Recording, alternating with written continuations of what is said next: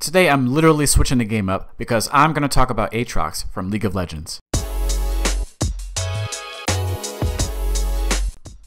Hey, what's up? My name's Anthony and this is Debonaire Gamer, where I usually talk about men's style and fashion power-ups for gamers by gamers, but today I'm actually going to be talking about video games.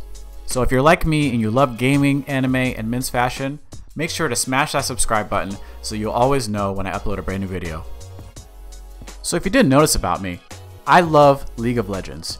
It's my main game right now and I've been playing pretty consistently since Season 1, only missing Season 4 out of the 8 seasons so far. And if you play League of Legends regularly, you probably know that Riot Games recently reworked the champion called Aatrox, who has been around since Season 3. Well, guess what? Today I'm going to talk about Aatrox and how his rework is being bashed as horrible and clunky when really he's in a pretty good spot. Back in the day, Aatrox used to be an auto attack champion, with a heavy reliance on his items in order for him to be effective. His old W spell, Bloodthirst/Blood Price, was his bread and butter because it allowed his auto attacks to either heal him on every third attack or do extra damage to the enemy on every third attack. His old Q, Dark Flight, let him dive into the fray, causing a knock-up effect and a small amount of damage to the enemy. And his old E, Blades of Torment, was a mediocre projectile that did some damage and slowed the enemy. His old ultimate, Massacre, did a burst of magic damage in an area around him, gave him extra attack speed and increased range on his auto attacks, and it charged up 20% of his passive ability, Bloodwell, which upon reaching 100% would allow him to revive upon death, exactly like the item Guardian Angel. Given the nature of old Aatrox's kit, his general playstyle was to power farm until he had enough items to have a high amount of attack speed and a high amount of lifesteal, so that he could lifesteal his way through a trade or a team fight with the enemy.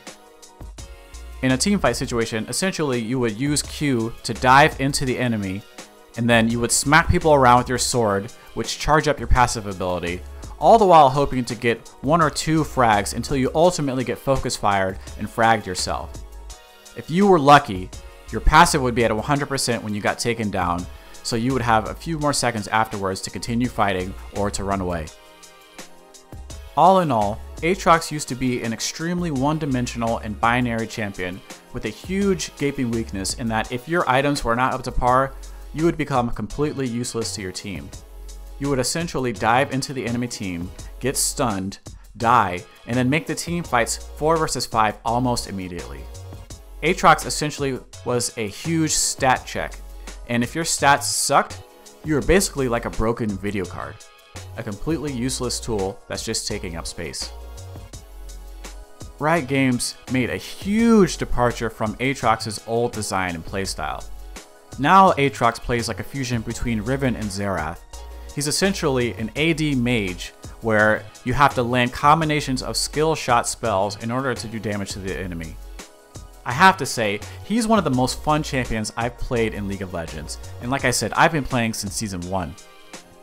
So yeah, I completely agree with Riot Games' decision to provide some major TLC to Aatrox and to make him relevant to today's League of Legends landscape.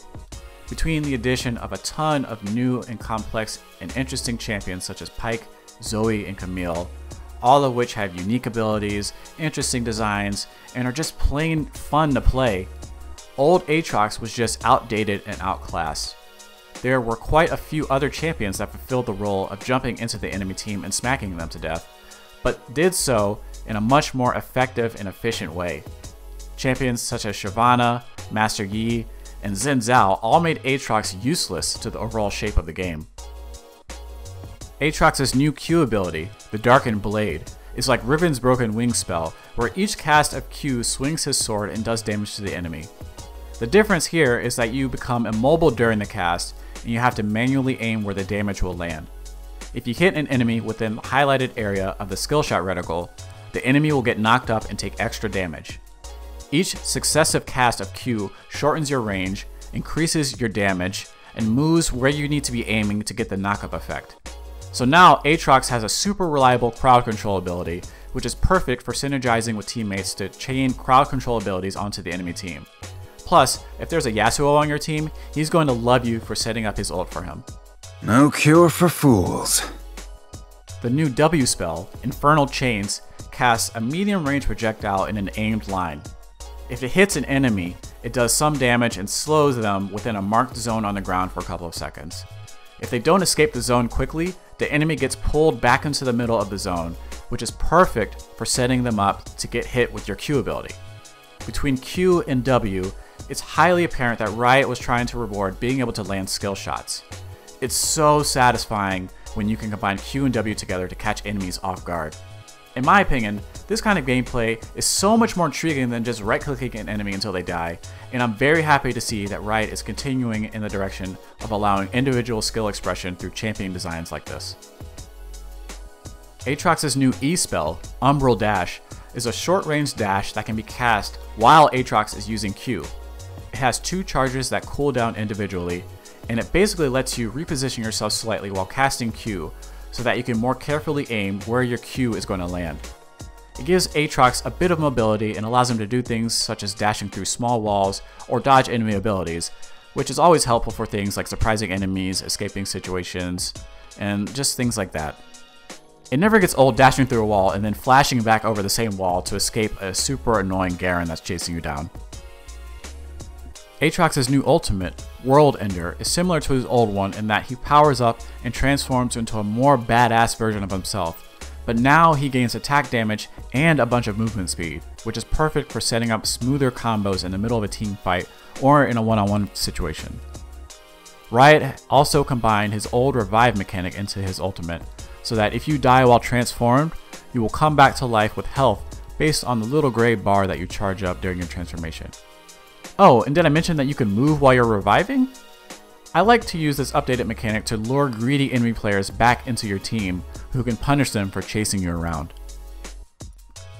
One of the strongest parts, and arguably the most unique part of Aatrox's new kit, is his passive called Deathbringer Stance, which does a bunch of percentage health, extra damage on a single hit, and also reduces the heals and shields on the enemy.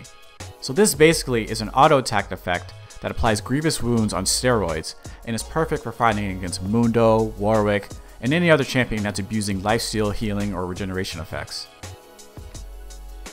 All in all, I'd argue that this rework Aatrox is in a much better spot than the old one. You're now able to safely damage enemies with your Q regardless of your items, you have a reliable crowd control, you have mobility, and you still get the revive mechanic, and you're now able to show off being able to combo your abilities together. I think Aatrox is so much healthier and much more satisfying to play now versus his old outdated kit, which was honestly extremely painful to play if you got behind in gold early game.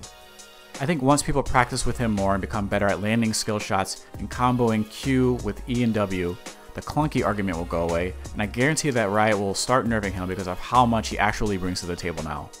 I mean, just look at this play I made against Singed.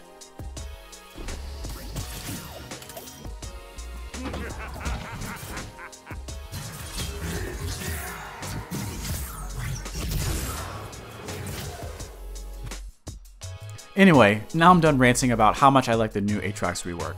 If you play League of Legends, I think you should ignore the haters on Reddit and give them a try yourself to see if you find them fun too. If you like hearing my take on the rework, make sure to hit that thumbs up button and let me know in the comments if you want to see more rants about other League of Legends champions. Since you've made it this far in the video, don't forget to smash that subscribe button and hit that notification bell so that you'll always be updated when I upload a brand new video. Anyway y'all, my name's Anthony, this has been Debonaire Gamer. I'll see you in the next video.